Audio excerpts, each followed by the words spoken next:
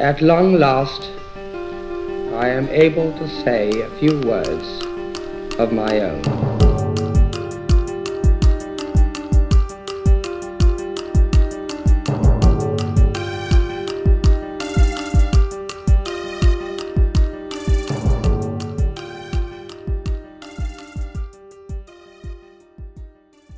Hey everybody, it's Monty Mott here once again. This is the Shareholders podcast on the mighty Sharp Network, man. Good to be back in the swing of things, man. Good to be back doing the Zoom interviews. We still somewhat social distancing. Not everybody is no more, but you know.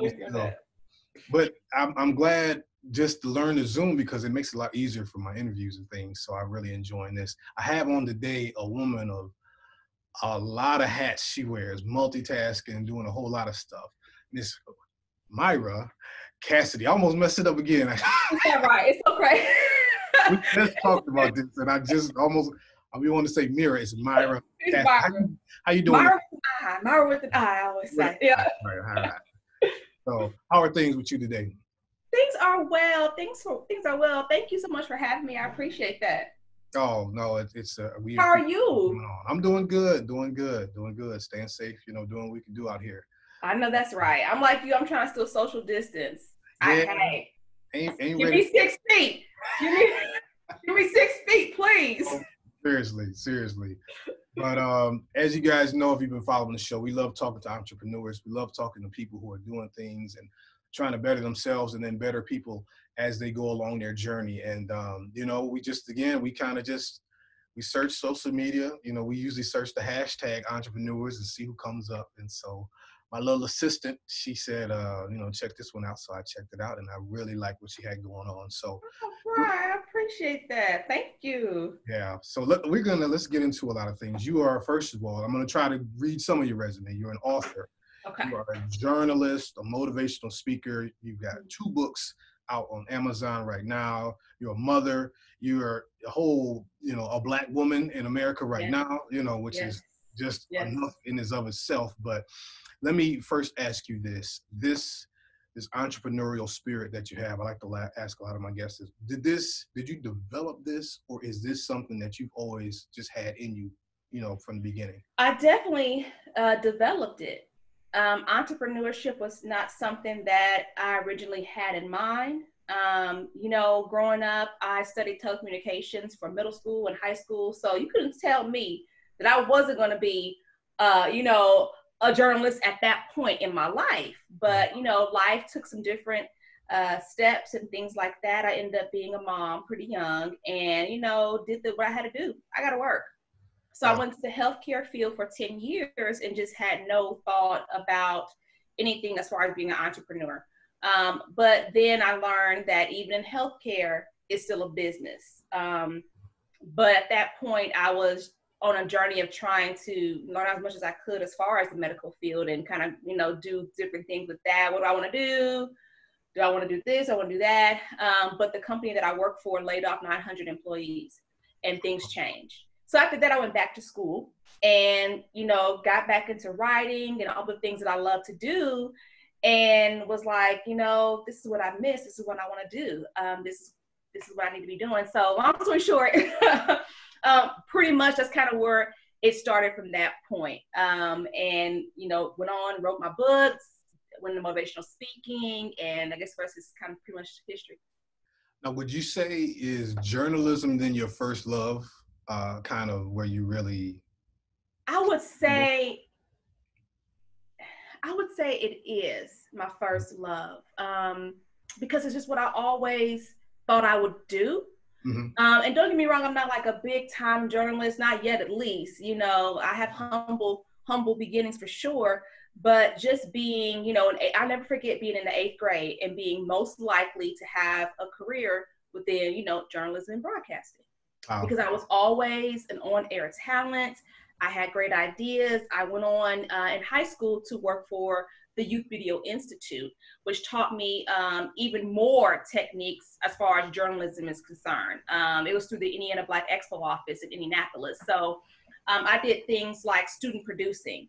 I did things like editing, on-air talent there. I met a wealth of just great people. I met a young Nick Cannon. I met Dave Hollister, Suzanne Taylor, Kevon Edmonds, just different people. So I would definitely say, you know what, that definitely was my first love. Even, I'm long-winded, but even when I went to college and did like career assessments, and, you know, I'm saying, well, I want to do healthcare. And they're like, but, you know, it doesn't say that right here. It says that you are really interested in journalism and writing, and those are what you're really interested in doing. So, yeah, I would say that.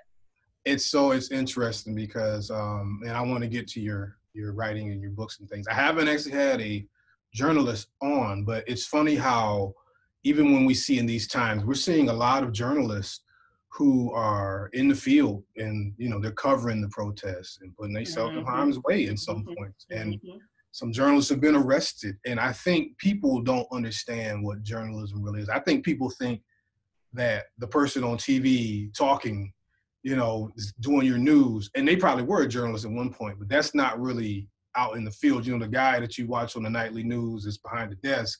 He is a journalist, but for people that don't understand what it really entails, like if you're talking to a young person that might want to get into that, can you just give a quick assessment of the nuts and bolts of what starting out in journalism is like?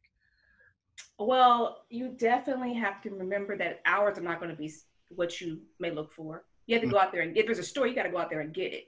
Right. So it's really not hours, you know, the working hours, I think the most difficult thing for a lot of people.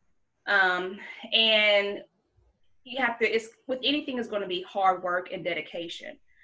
So what you see, like you were saying on TV, is not really all that it's about. You have to really understand. I would definitely say for someone who wants to get into it is go and take a tour of an actual station, your local station. That's something that I actually had an opportunity to do when I was pretty young.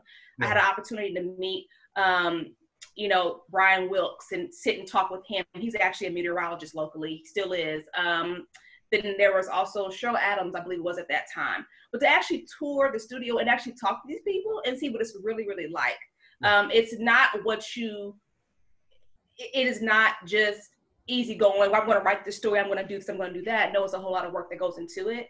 Especially what I would say is it's competitive going through school. That's one reason when I was trying to decide what I wanted to do in high school, I didn't pursue it at that time because I was told that everything is pretty much scrutinized, even from your look and different things like that. There's so much that goes into it, depending on which area that you're interested in it. I didn't think I had the heart for it. And like I said, I was a teen mom, so I had to really make sure my priorities were straight at that time. So for anyone who wants to go into it, I would definitely say do your research and do a lot of research. Talk to people who are in journalism. Talk to people who work at the news stations. Talk to people who work at your local newspapers. Get to know these people and really understand what is all involved in it.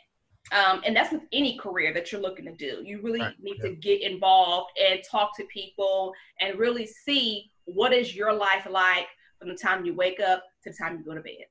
Yeah.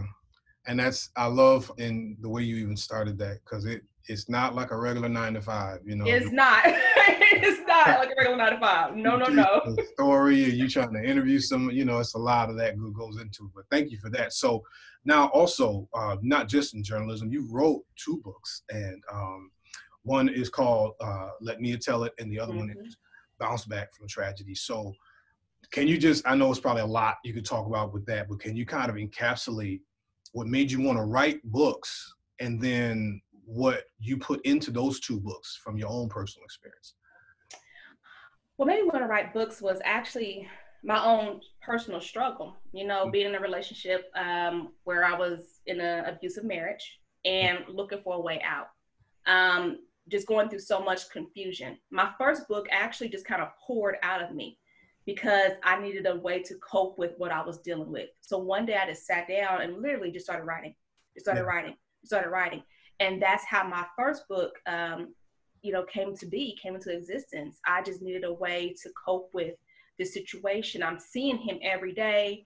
I know I'm ready to go. What am I going to do? What do I do? It was a very, very intense point for me. You know, when you decide to leave an abusive marriage, that's when things get even more dangerous. So at that point in my marriage, I was so nervous and so stressed out that I was just shaking. So I had to do something to deal with all the stress. So I sat down and just started to write. So that's really how Let Me Tell It came to be. I was writing from a fictional standpoint, my journey, my personal story. And then Bounce Back from Tragedy was something that came, I'm free and everything and still loving to write. And that was a series of short stories that I put together, which each individual is a woman who has to overcome some kind of challenge. And with me, there's just a lot of different stories that I have, or different things that I've experienced, and a lot of different stories that I know of women, women in my family, people who I know. So I just made these characters from that standpoint and just make sure that everyone had some type of successful outcome, even though that wasn't reality for some of the individuals that I know. But I wanted to make it that way for them, looking at what these women could have been if opportunities would have presented themselves like that. You know what? I really believe in putting stuff into the atmosphere, putting it in the universe, and you taking what you went through and basing it into a story and writing that out and actually just putting it out there. You know, I'm sure there is a woman, you know, or man who's been in an abusive relationship and is feeling at some point can relate to what you've been talking about and from your perspective. And for you to actually do that, I tell people all the time, man, just try it, just go for it. Just, you know what I mean? And you have no idea who it'll affect and who it'll help, you know what I mean? And so, and I also want to speak to somebody that might, you know, be telling themselves, well, not me, or not, you know, and right here I have, you know, Miss Cassidy that's telling you right now, she's a journalist, she's done a lot of things, but at some point, something just, you said you just sat down, you just started writing, it just came out. It just came out of me. Now, don't get me wrong, I've always wrote to some extent, you know, as a kid, I always kept a journal, you know, things like that. I've always kept a journal from a pretty young age. You know, I just have done those types of things. And I had went back to school in 2015 and took, you know, creative writing courses, English courses. I wrote my first, you know, poems that I had, you know, after not writing for some time, but I kind of put that away for a minute. But as I was going through this situation, I sat down and just started to write, and it just flew from me just so naturally. The process was so natural. And that's really just kind of how I really got into it. But after I wrote my book, I thought, you know what, this is something that I probably need to keep private because it's pretty controversial. But after some time, I went back and reread my own book and decided, no, I want to do something with this, and kind of went from there.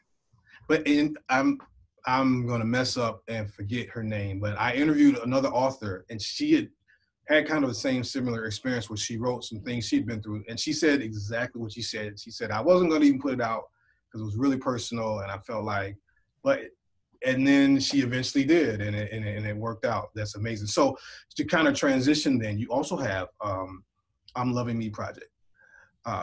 Yes. Blog.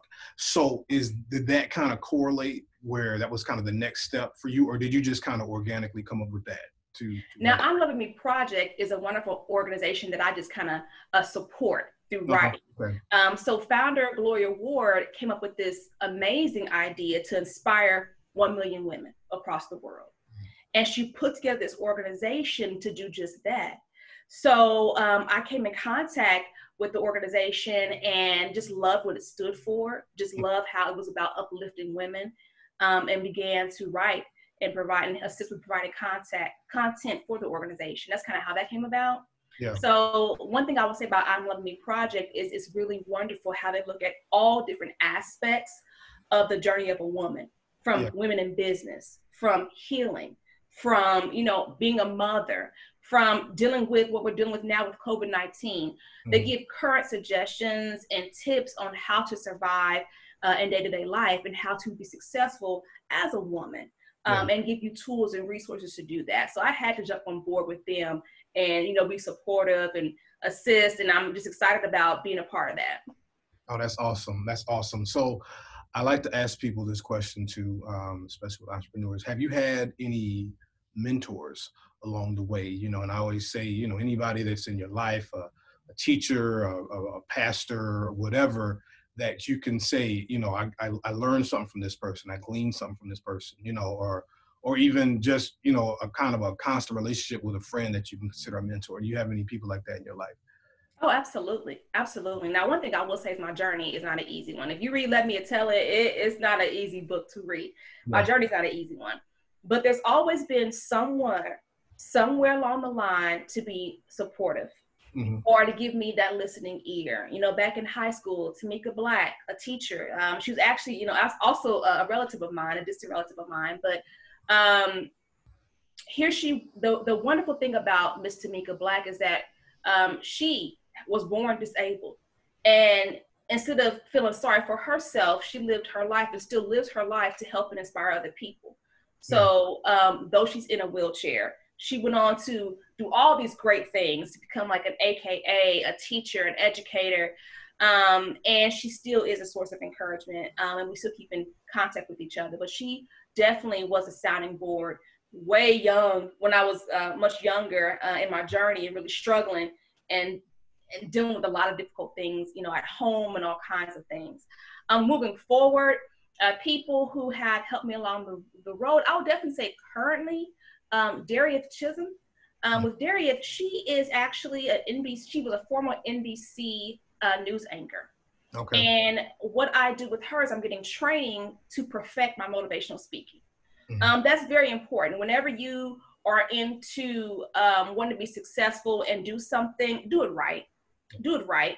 So it's important to get the right, not anybody, the right coaches, the right mentors, the right kind of assistance. So with Darieth, she has provided a platform for me to learn and grow as a motivational speaker. And then plus with her background, she has her own struggle that she's had as a woman of color and dealing with an abusive relationship. You know, her ex put up nude pictures online of her, and she had to fight to get that removed. And because there are no laws, there's nothing that could be done to him. So I've always been very, very inspired with how she dealt with that. And instead of kind of running and hiding and wanting to hide your face, she spoke out about it. Yeah. And, you know, said, this is my situation. This is what happened to me. It could happen to anybody. So to be able to have that mentorship is really, really important. And, you know, I've been speaking publicly since I was in the 6th grade. So to come and to meet her and to learn, whoa, I really don't know as much as I thought I knew, has been a very, very humbling experience, but one that's been very enjoyable. Speaking with Ms. Mira Cassidy here on the Shareholders podcast, and don't want to hold you too much longer, but that was my last thing I want to get into, is that you are a motivational speaker. And I want to know for a person that is it a situation where you kind of, if you're going to speak somewhere, do you kind of assess the crowd, or do you kind of have this is what I talk about?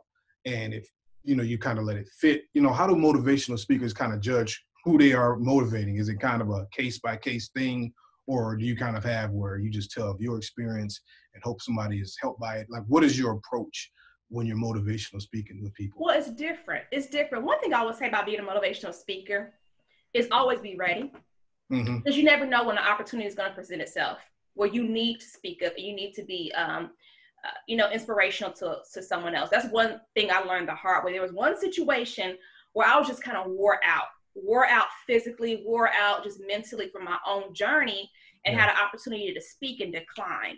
And that was an opportunity where I felt like people in that audience needed to hear what I had to say, but I just wasn't up to it. So one thing about being a motivational speaker, I would say be ready, because you never know what opportunities are going to present itself at a spare of a moment, you know, and you want to be able to present and encourage people at any moment. So as far as me selecting what I do, it's a case-by-case basis. And I'm trying to grow my business so that it's more of a lucrative journey for me. But it's by a case-by-case basis. So I speak a lot about domestic violence and surviving adverse childhood experiences. So I'm either invited to speak or just networking with individuals. It has brought up different opportunities. But now I'm in the area and at the journey where I'm trying to build upon all that I've done, because I've done quite a bit of public speaking for different things, for different shelters, for YWCA, different types of things. And now I'm really wanting to grow and perfect my craft.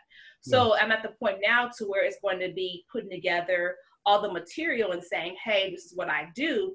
This is what I am about, and wanting to be selected for keynote speaking or platform speaking and things of that nature. So I mean, once you get into keynote and platform and you grow, TED Talk, all that's the big world of motivational speaking. Yeah. So that's what I'm trying to really get to that point where I've got everything perfected so I can get to that level. Because I'm looking for to do a TED Talk or something like that would be amazing. So hopefully that's in my near future.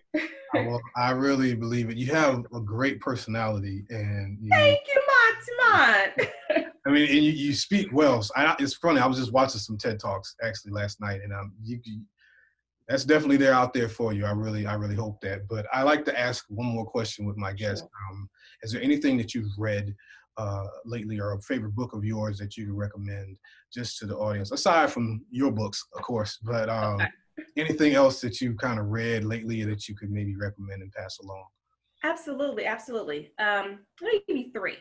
Mm-hmm. I had the opportunity to actually read The Hate You Give.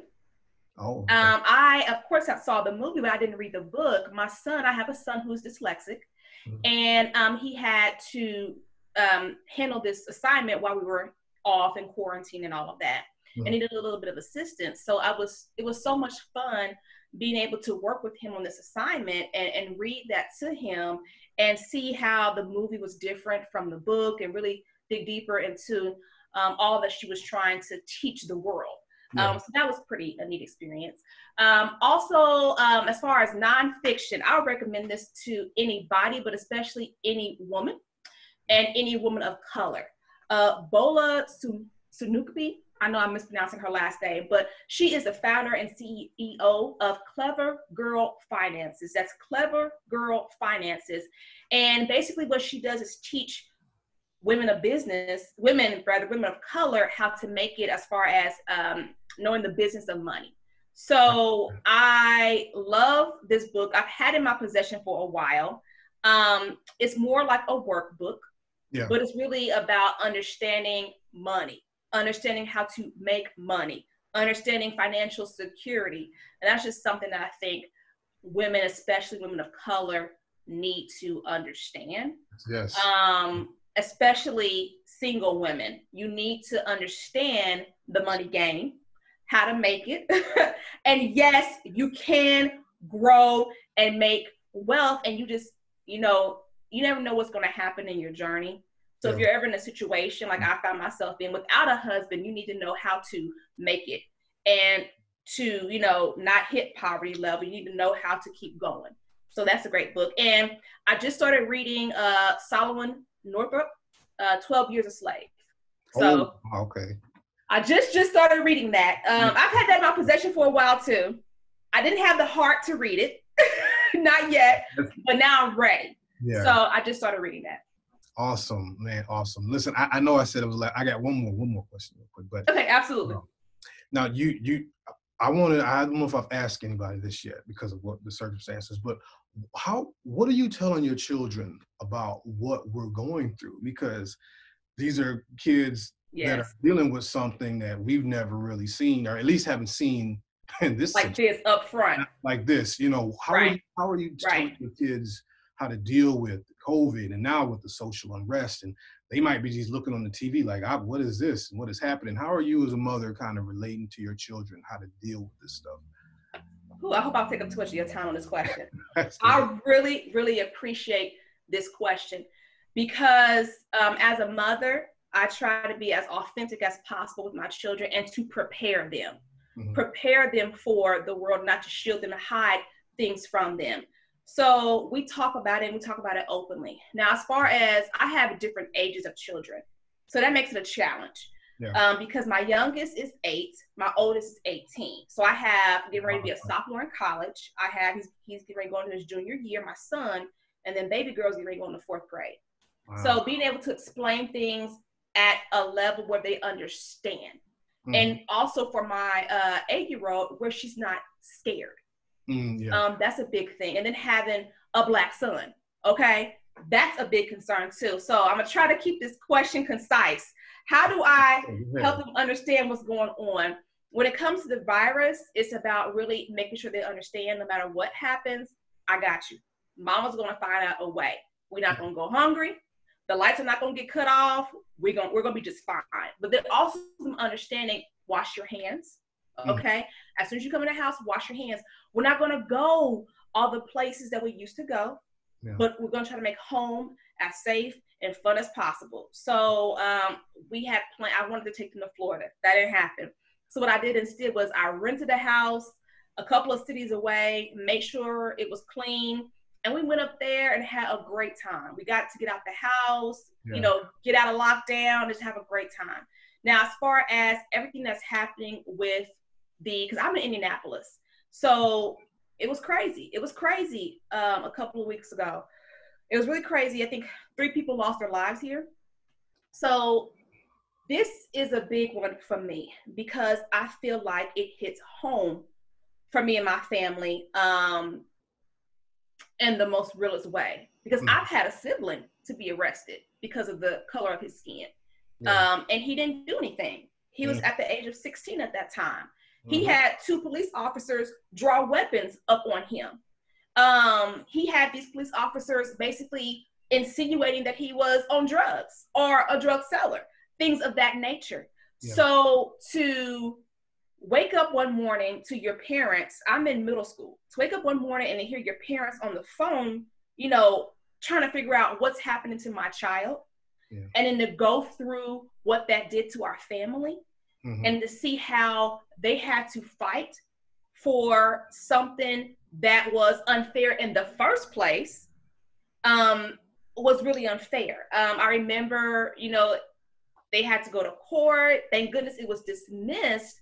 But, you know, it was the judge who was fair and looked at that situation. And as soon as he heard what the officers had to say, he said, case dismissed. Come on, like, come on now. And it was a simple, innocent situation where I'm in Indianapolis, Indiana. So, you know, when you're in high school, going to the basketball games is pretty exciting, right? So there are these 2 schools who were, you know, competing against each other. So my brother, I have 2 older brothers, they went to the game and it was cold outside, simple situation. My brother just stood inside of a building that was unlocked and open because he was cold. Well, apparently that was a building that he shouldn't have been in.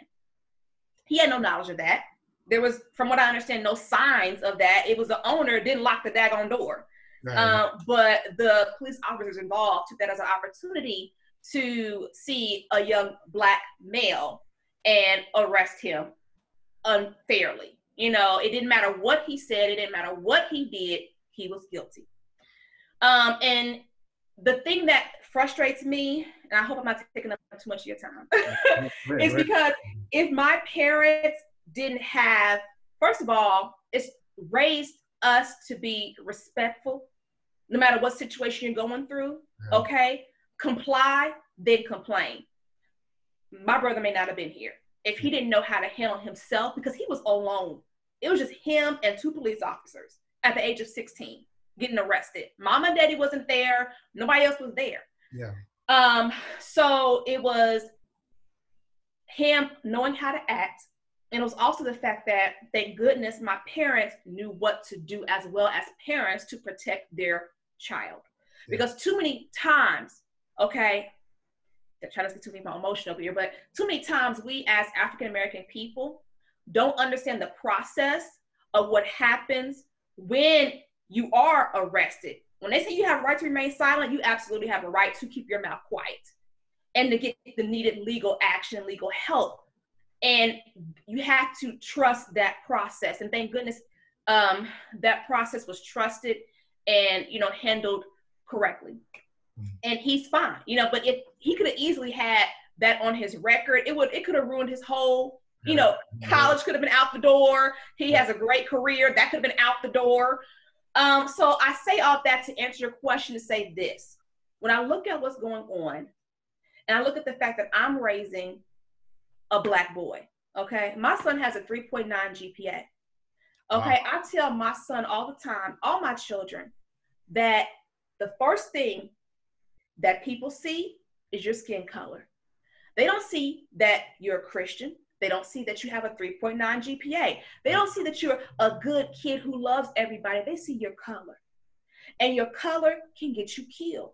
So I have the responsibility. I have to teach you how to survive, not only as a Christian, but how to survive as a Black person, as a Black male, or as a Black female.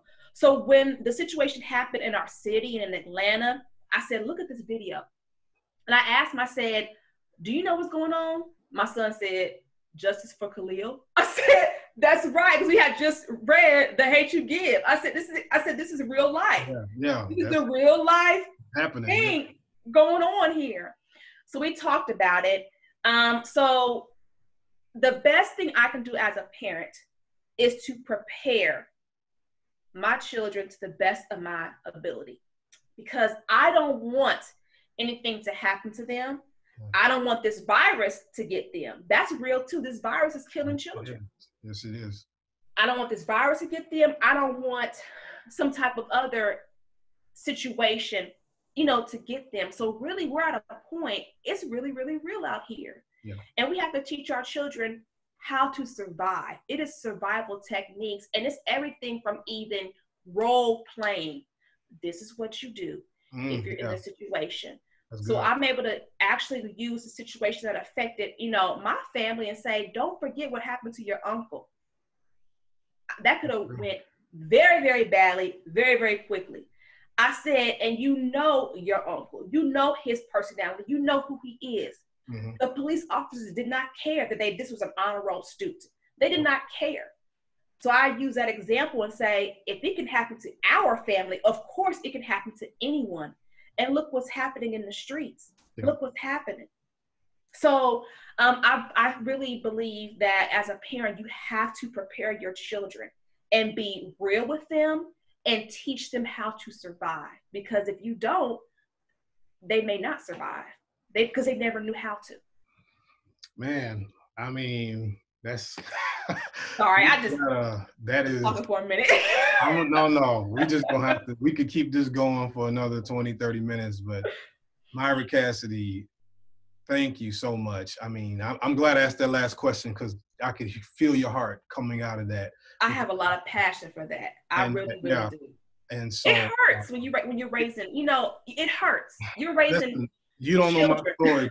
I was very much in a situation like your brother where could have really went bad, and I know exactly what you're talking about. But thank you so much for coming on. I really appreciate it, and I really, really looking forward to great things coming from you because I really, like I said, your personality, your passion, it just comes out. So we're gonna be looking for you on that TED Talk. All right. Thank you. But I appreciate it.